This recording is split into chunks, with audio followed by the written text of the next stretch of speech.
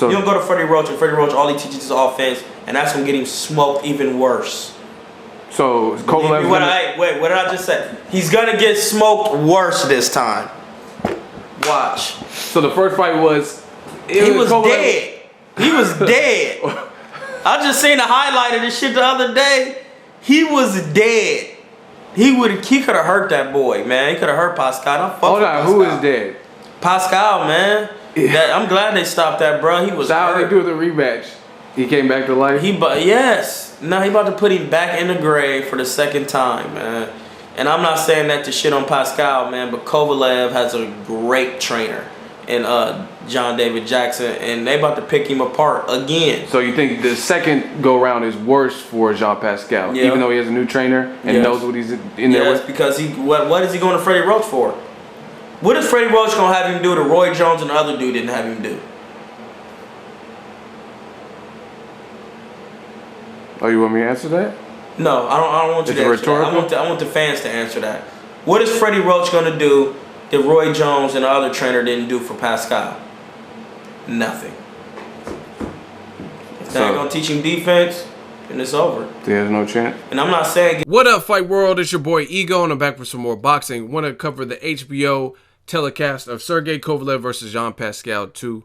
And I didn't do an official prediction on YouTube. However, I talked to some people on my Twitter. Make sure you follow me at Boxingego. And I told you, I mean, there's not really a point for this because it was to be expected that Kovalev would win. I mean, frankly, in my opinion, I didn't see really a need for a second fight based on what he did in the first fight. I mean, it was competitive in some spots, but even the rounds that were competitive, you still gave an edge to Kovalev. So, I mean, this was kind of a stay busy fight, if you will. I also thought that Jean Pascal since then had lost to Uniskiv Gonzalez as well, and they gave him the victory, even though I thought he lost to Gonzalez. So, not much of a breakdown. I try to give you guys the good, the bad, the ugly. Not much of a breakdown, and it's really because Kovalev dominated. I had him winning pretty much every round. Pascal was trying the no look Danny Garcia home run-ish type of punch, like a left hook. Couldn't land it. He was trying to get his timing down. He was at least a little bit game in the first maybe 2 or 3 rounds, but by round 4, it was just the undoing of Pascal, and he was overmatched. And I really gave Kovalev every single round because he was landing the more impactful shots. The shots he would land would do more damage, or visibly Pascal looked shaken up by the shots. And the thing I like about Kovalev is, instead of just having power, monstrous power, like a Ruslan Provodnikov, he can box. And I told people, that's why I picked, if you guys look at my early predictions, I picked Kovalev to defeat Bernard Hopkins. A lot of people thought the wizard Bernard Hopkins could pull a rabbit out of the hat and defeat Kovalev, but I knew it was different because Bernard Hopkins at this stage of his career had been fighting Kyril Murats and better or Shumanovs and people like that, and it was a far cry from what Kovalev is. Kovalev can actually box. And for those of you who don't know, Kovalev actually killed a man in the ring before. So his power is literally the real deal. Now, again, the good for Kovalev, he showed the first fight wasn't a fluke. He made it look easier. The first fight was a little bit more competitive, and he did some good work. There's the thing with good boxing is this. If you box good, there's very subtle things that you do that are going to pay dividends later in the fight. And what I liked from Kovalev early was a body attack. He had a vicious body attack. He was like jabbing to the body a la Floyd Mayweather. He was landing hooks to the body. Even in close quarters when they were clinching, Kovalev would, like, he had one arm free, he would land some hooks to the body. All that adds up. All that is accumulation for later in the fight. And Jean Pascal is lucky that the ref allowed it to go on as long as he did. And he's lucky that he's in the tremendous shape that he's in. He's in good shape because it would have been stopped probably earlier had it not been for those things. So, yeah, Kovalev, he does little sneaky things that like veteran tricks or whatever. Like I said, when they're clinching, he'll hit you with two hooks to the body, like eat this. And he's a power puncher. So all that shit will wear you down. The other thing I liked about Kovalev is his jab. He had a very good jab. He was out jabbing out jabbing Pascal. To me, Pascal, he's just too wide and too wild. and he's looking. He's trying to time. You have to be a little bit busy. You have to get somehow, some way. You have to have the ring IQ or whatever to survive and get Kovalev's respect. You can't be as economical with his punches, trying to land like a home run type of punch. It's just not working, because at the end of the day, Kovalev is systematic, and he's just breaking you down with his jabs hurt, his hooks hurt, and he's placing his shots well. So it was just kind of a matter of time. Again, if you go to my Twitter, you'll see before the fight, I was telling you guys, I said round 6 or 7, and that's exactly what really happened in the actual fight. So Kovalev did good. I thought he was out jabbing Pascal. His punch placement and punch variety was better than Pascal. Pascal was semi-game in the early rounds, but when those body shots and those power shots started to add up, he stopped throwing punches. And Freddie Roach knew it and ended up calling a halt to the bout and telling the ref to stop it, because he didn't want to see his guy go in there and get more punishment. He's already lost to this guy before, already been stopped by this guy before.